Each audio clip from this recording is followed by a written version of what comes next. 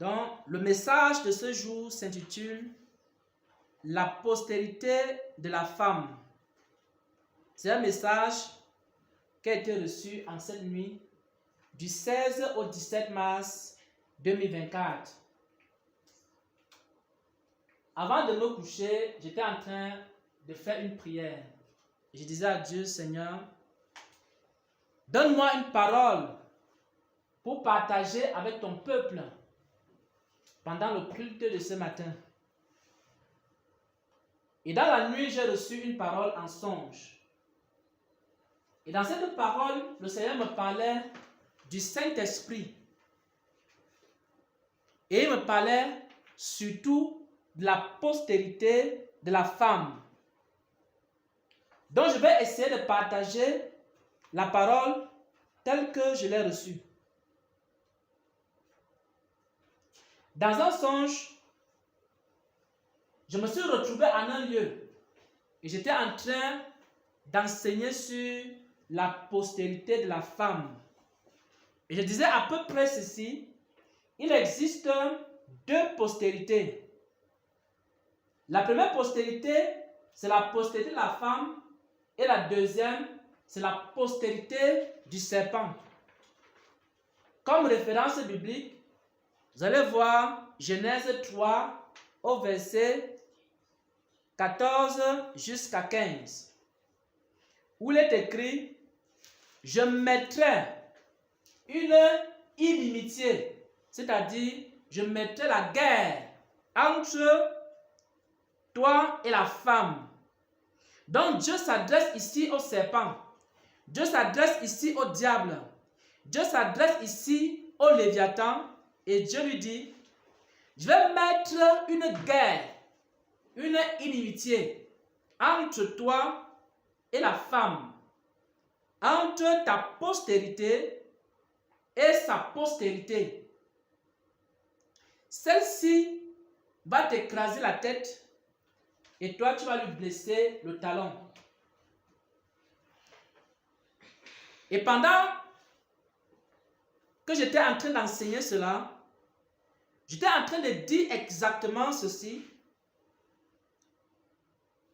La postérité de la femme, ce sont les chrétiens qui ont l'Esprit de Dieu. Ce sont des personnes qui ont l'Esprit de Dieu. Parce que lorsque tu appartiens à la postérité de la femme, la postérité de Dieu, ou alors l'Église, Dieu te donne quoi? Son esprit. La postérité du serpent a aussi un autre esprit. Donc chaque postérité a son esprit. La postérité de la femme, qui représente ici l'Église du Seigneur, a un esprit qu'on appelle le Saint-Esprit. La postérité du serpent, qui est la postérité du diable, a aussi un autre esprit, qui est l'esprit du monde. Et aussi les démons qui conduisent les hommes dans la perdition. Ça, c'est la première vérité. Il existe donc deux postérités. Comment est-ce que nous savons que nous appartenons à Dieu? Si vous avez compris la postérité de la femme, comment est-ce qu'on peut savoir qu'on appartient à Dieu? C'est lorsqu'on a l'Esprit de Dieu. Parce que la preuve ou le signe que nous sommes la postérité de Dieu, c'est l'Esprit qui nous a donné. Ça, c'est la première chose.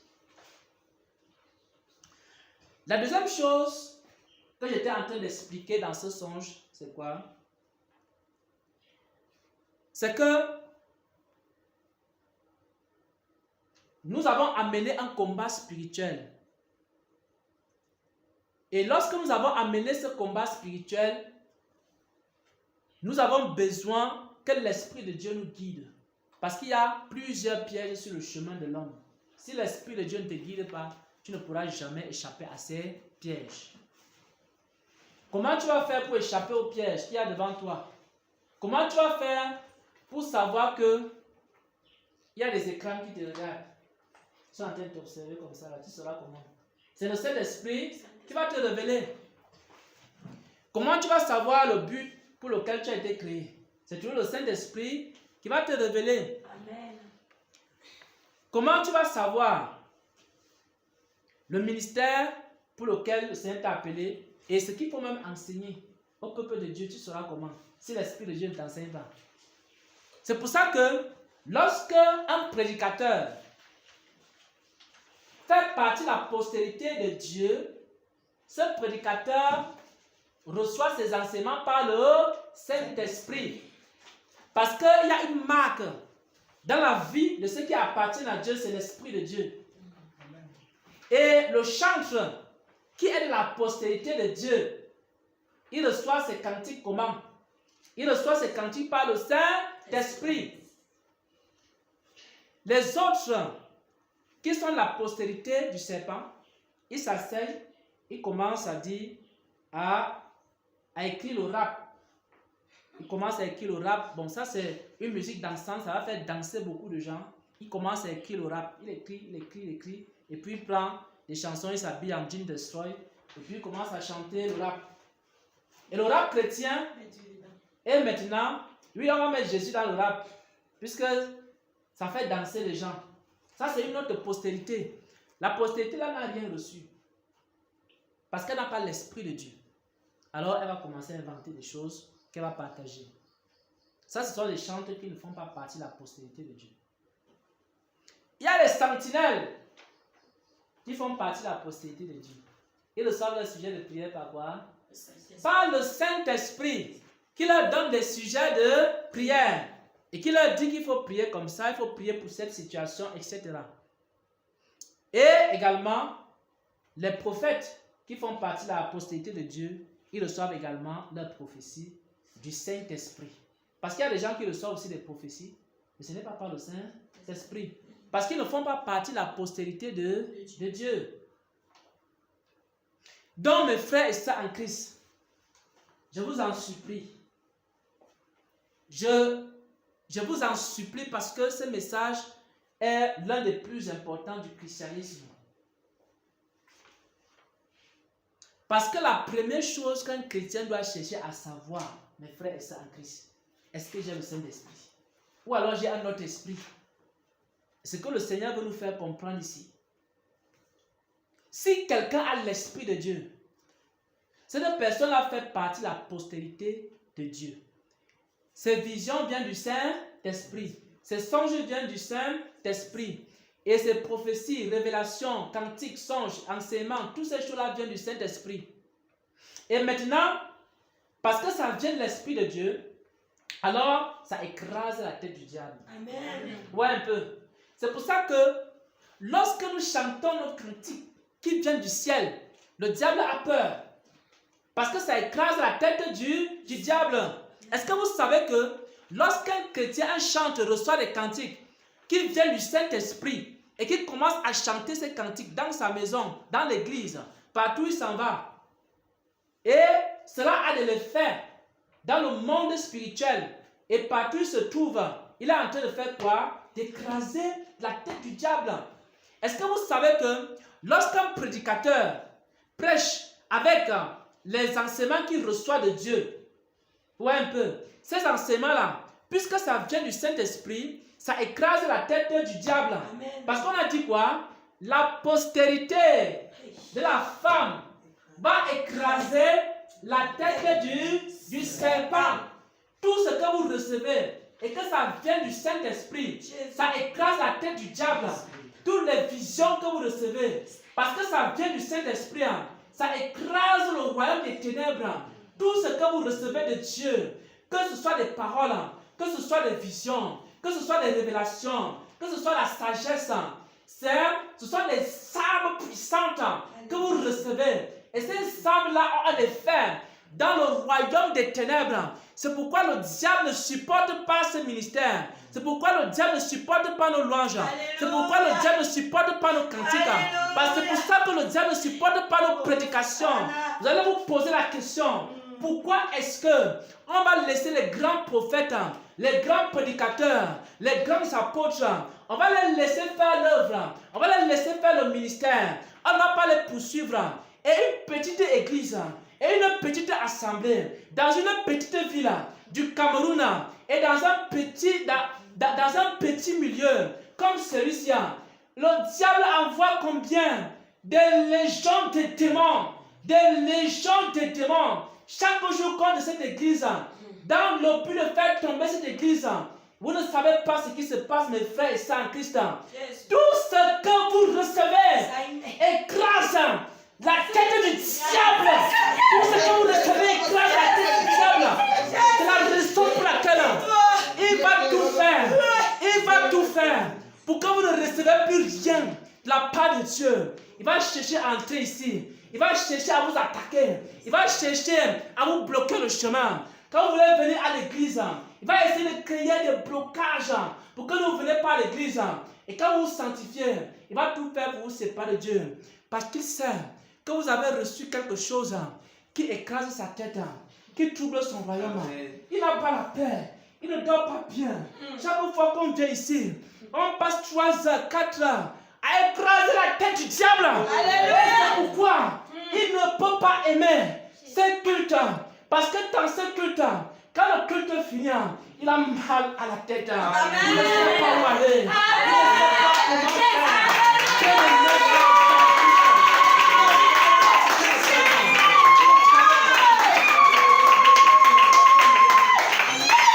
faire. Oh mon Dieu, mon roi. C'est la raison pour laquelle il combat tellement. Il ne veut pas qu'il reçoive quelque chose qui vient de Dieu, qui vient du Saint-Esprit. Maintenant, la troisième chose, et c'est par là qu'on va terminer. Parce que chaque chrétien doit se rassurer d'une seule chose. Est-ce que j'ai le Saint-Esprit? Si j'ai le Saint-Esprit, je vais recevoir des choses. Ces choses-là vont faire quoi? La tête du diable. Amen. Jésus. Maintenant, la question est de savoir comment est-ce que je peux savoir que j'ai l'Esprit de Dieu? C'est par là qu'on va terminer. Parce que si quelqu'un n'a pas l'Esprit de Dieu, c'est le moment de chercher l'Esprit de Dieu. Si une église n'a plus l'Esprit de Dieu, c'est le moment de chercher l'Esprit de Dieu. Parce qu'une église sans l'Esprit de Dieu, ça ne sert à rien. Tout ce que vous allez faire, vos prières, vos louanges, vos adorations, ça n'a aucun effet sur le plan spirituel. C'est juste du folklore, c'est juste la peinture, c'est rien du tout. Mais là où l'Esprit de Dieu se trouve, là aussi se trouve la liberté. C'est pour ça que il faut que chaque église sache si elle a l'Esprit de Dieu et chaque chrétien doit savoir s'il a l'Esprit de Dieu. Et on va lire dans un passage des Écritures pour terminer. Parce que c'est l'un des versets que le Seigneur m'a donné. Matthieu 7, verset 16. Matthieu chapitre 7, verset 16. Je lis au nom du Seigneur Jésus. Amen. Vous les reconnaîtrez à leurs fruits. Cueille-t-on des raisins sur des épines ou des figues sur des chardons? Amen. Amen. Voilà. Voilà comment est-ce qu'on peut reconnaître qu'on a l'Esprit de Dieu. Ou alors qu'une église a l'Esprit de Dieu, c'est à travers les fruits. Et les fruits de l'Esprit de Dieu, c'est quoi? L'amour. La joie. Voilà. La paix. La bonté. La patience, la douceur, la tempérance, la bénignité. Amen. Amen. Amen. Donc, comment on sait que l'Esprit de Dieu est parmi nous? C'est lorsqu'il y a l'amour au milieu de nous. Amen. Si vous voyez déjà une église, il y a l'amour, les frères et sœurs s'aiment, se supportent, s'entraident, etc. Ça veut dire déjà que le Seigneur est là dans cette église. Si vous voyez maintenant dans une église où c'est la méfiance, chacun est dans son côté, les gens ne se saluent pas, ils se saluent à distance. Ils sont dans la même église, mais ils s'écrivent seulement sur WhatsApp. Vous avez jamais vu? Ils s'écrivent seulement sur WhatsApp. Ils sont dans la même église. Ils se voient. Ils se saluent seulement par téléphone, bien sur WhatsApp. Il n'y a pas d'amour, il y a des querelles, il y a la division. Si vous voyez déjà ça, quelque part, c'est que l'Esprit de Dieu n'est pas là. Parce que là, l'Esprit de Dieu est là. L'Esprit de Dieu va va faire quoi? Il va se manifester. Il va imposer l'amour. S'il n'y a pas l'amour, l'Esprit de Dieu va dire que non, aimez-vous les uns les autres. C'est ce que le Saint-Esprit fait ici. Parfois, si l'amour commence à... Il nous a dit ça dans plusieurs reprises. Supportez-vous, aimez-vous. C'est comme ça le Saint-Esprit. Si vous avez un esprit qui va vous pousser à l'amour, un esprit qui va vous pousser à vous pardonner les uns les autres, c'est que le Saint-Esprit est au milieu de vous. Quand vous arrivez là, il n'y a pas le Saint-Esprit, on va vous dire, bon, il faut aller chercher le voyage, il faut aller chercher telle ou telle chose. Parce qu'en réalité, ça ne va jamais vous pousser dans les fruits de l'esprit. L'amour, la joie également. Parce que si vous arrivez dans une église, tout le monde est fâché. Dans la louange, on est fâché. L'adoration, on est fâché. Tout le monde est en colère. Donc c'est la colère, la face est attachée. Il n'y a aucune joie. C'est que le Saint-Esprit n'est pas là. Vous voyez quelqu'un, une église où tout le monde est seulement fâché. Du début jusqu'à la fin, le pasteur est fâché. Les chanteurs sont fâchés. Quand ils chantent même, la face est attachée. Je suis content de te voir aujourd'hui. On cache le visage comme ça que... Voyez un peu, telle église vraiment, il n'y a pas la joie. Parce que l'Esprit de Dieu n'est pas là. Il y a la paix, aussi la bonté, la miséricorde et tous ces fruits-là. Et on les reconnaîtra par leurs fruits. Et l'un des fruits aussi, c'est la vérité.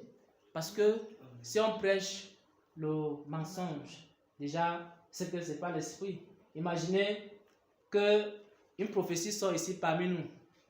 La prophétie sort que le frère Xavier est né en 1960, le 1er janvier 1960. Ouais. On passe à la délivrance. Voilà. On doit passer la personne à la délivrance. Amen. Puisque le Saint-Esprit ne ment pas. Si le Saint-Esprit vient mentir sur l'âge de quelqu'un ici, on va seulement dire que non, il faut qu'on aille prier un peu pour la personne. Parce que l'Esprit de Dieu ne ment pas.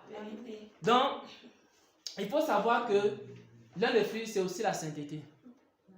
Parce que, ayant pour fruit la sainteté et pour fin la vie éternelle. Un chrétien, c'est quelqu'un aussi qui doit manifester. Si vous voyez dans une église, il n'y a pas de sainteté dans l'église là, c'est que le... Parce que quand le Saint-Esprit est quelque part, ce que j'expliquais encore au frère le matin, selon Apocalypse 22, verset 11, c'est que celui qui est saint, il se sanctifie davantage. C'est pour ça que quand le Saint-Esprit est quelque part, il va chercher toujours à augmenter le niveau de votre sainteté. Chaque fois, il va chercher, même s'il t'a donné la douceur, il va encore chercher à augmenter ta douceur. Amen. Tu vas voir que les gens vont devenir de plus en plus doux. Ouais, un peu. Même s'il y a l'amour, il va encore chercher à augmenter l'amour jusqu'à ce que l'amour devienne parfait. C'est comme ça. Parce que le Saint-Esprit te pousse toujours à plus de sainteté, plus de sainteté. Je vous dis parce que ça fait quand même plusieurs années, presque une dizaine d'années que je marche avec le Seigneur. Il n'y a jamais eu une période où Dieu m'a dit tu es parfait, ne te sanctifie plus. Je vous dis la vérité. Chaque jour, Dieu voit toujours une petite tâche, une petite chose qui améliore ceci, améliore ta douceur, améliore ta façon de faire, améliore. Donc il y a toujours quelque chose que Dieu me dit d'améliorer. Même dans le service de Dieu, il me dit toujours d'améliorer telle ou telle chose dans ma façon de servir. C'est comme ça que je me perfectionne chaque jour. C'est pour ça que si tu es un chrétien, tu ne te perfectionnes pas, tu es toujours la même personne, les mêmes caractères, les mêmes habitudes. Depuis que tu es entré dans l'église, ça fait 10 ans, on n'a jamais vu une amélioration dans ton comportement. C'est que ce n'est pas l'Esprit de Dieu qui te conduit. Parce que l'Esprit de Dieu va te pousser. Un jour, l'Esprit de Dieu te dit que non, c'est comme ça qu'il faut faire. Après un autre jour, il te dit que non, il faut encore améliorer jusqu'à ce que tu atteignes la perfection. Donc, c'est aussi ça, par là qu'on reconnaît qu'on a l'Esprit de Dieu. Voilà donc ainsi partager la parole intitulée « La postérité de la femme ». La postérité de la femme, ce sont les chrétiens qui ont l'Esprit de Dieu, ou alors les personnes qui ont l'Esprit de Dieu. Ils font partie de la postérité de la femme.